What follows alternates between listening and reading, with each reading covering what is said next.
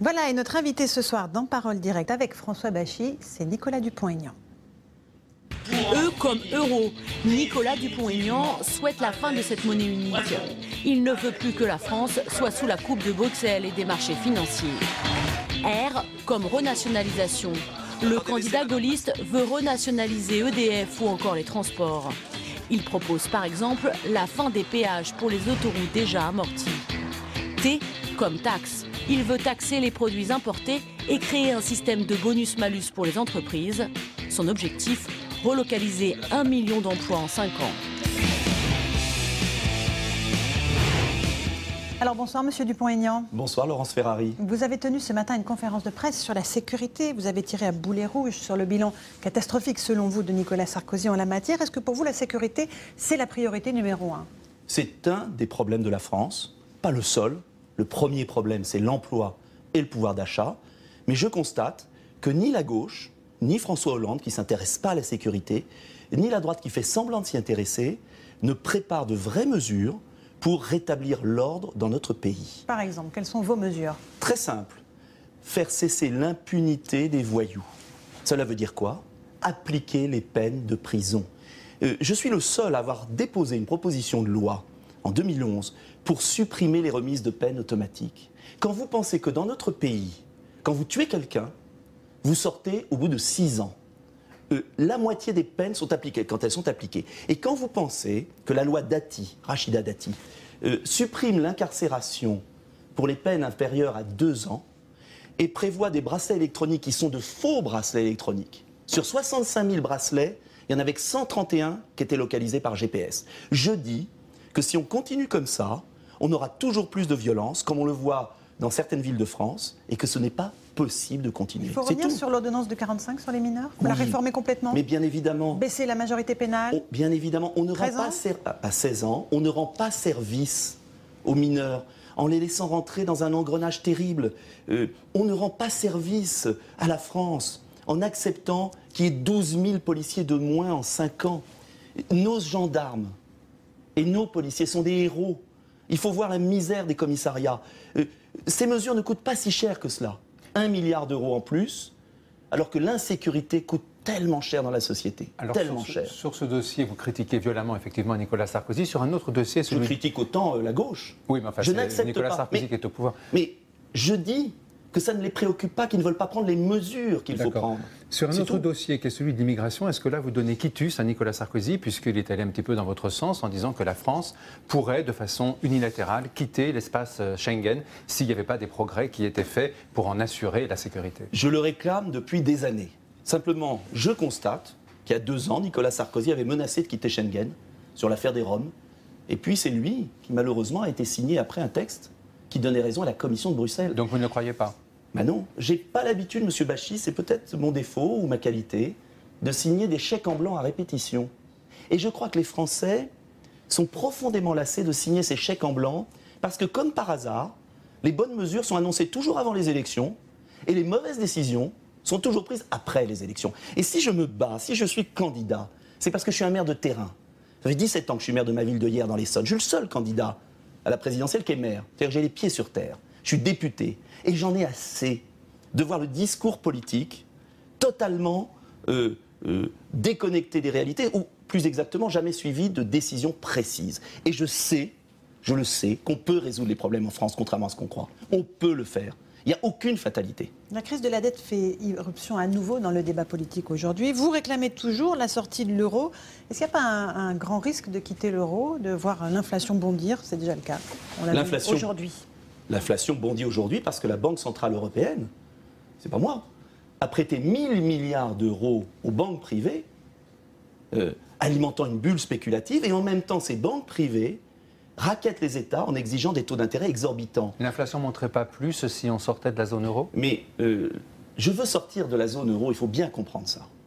Pour sortir du piège de la dette et des marchés financiers, il faut que les Français sachent qu'avant l'euro et avant la loi de 73, on pouvait prêter, la Banque de France prêtait à l'État des avances remboursables, l'État remboursait, mais à 0% d'intérêt. Vous avez un crédit immobilier, peut-être, Laurence Ferrari, ou une voiture. Un crédit à 0% d'intérêt et un crédit à 3 ou 4%, ce n'est pas la même chose. D'accord, mais pour les particuliers, justement, depuis l'euro, le crédit n'a jamais été aussi peu cher. Oui, mais comme ils n'ont plus de boulot, c'est gênant. Je veux vous répondre sur l'État. La première dépense, le premier gaspillage ahurissant, ce sont les dépenses d'intérêt. Est-ce que les Français savent qu'on dépense 50 milliards d'euros par an de dépenses d'intérêt, d'emprunt, pas le capital, l'intérêt? Je crois qu'ils le savent, on leur a dit. Ça a augmenté de 10 milliards depuis Dominique de Villepin. 10 milliards en 6 ans. Moi, je veux m'attaquer au premier gaspillage de l'argent public.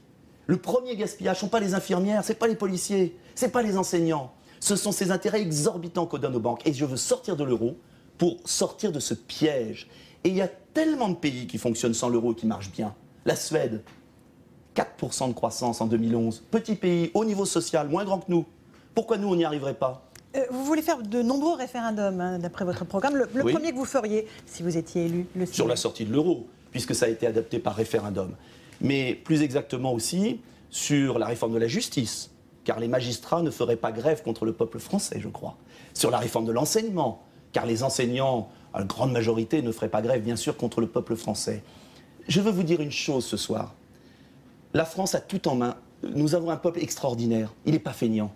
Nous avons des atouts.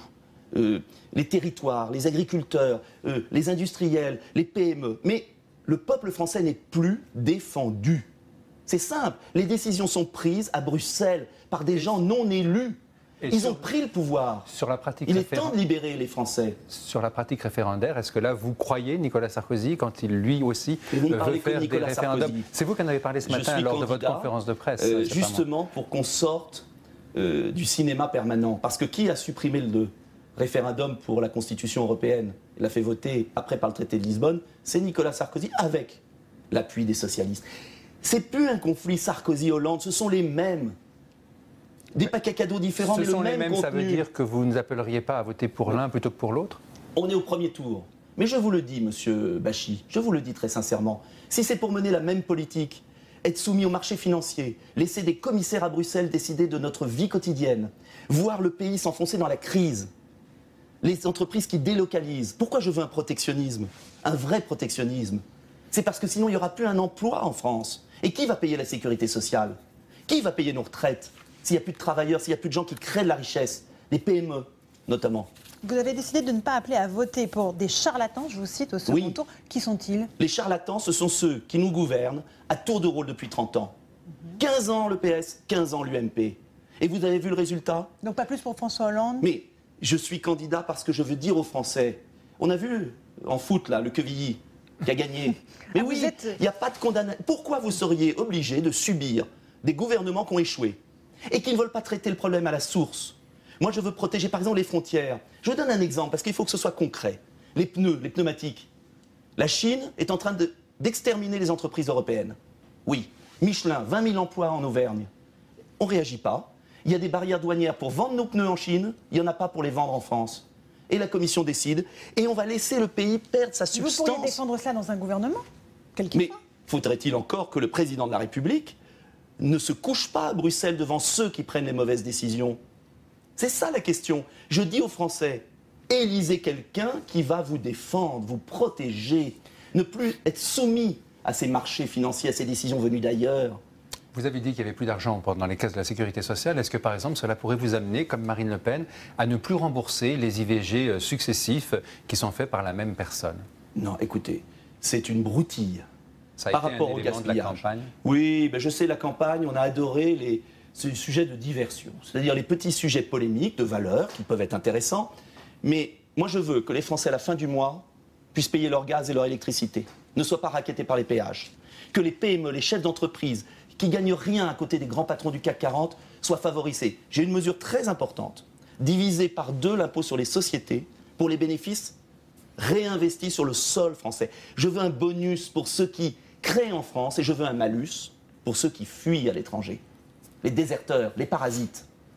Les parasites et les déserteurs qui tiennent l'élite de notre pays, qui n'est plus une élite, qui a abandonné le pays, qui a abandonné la patrie. Voilà l'enjeu de demain.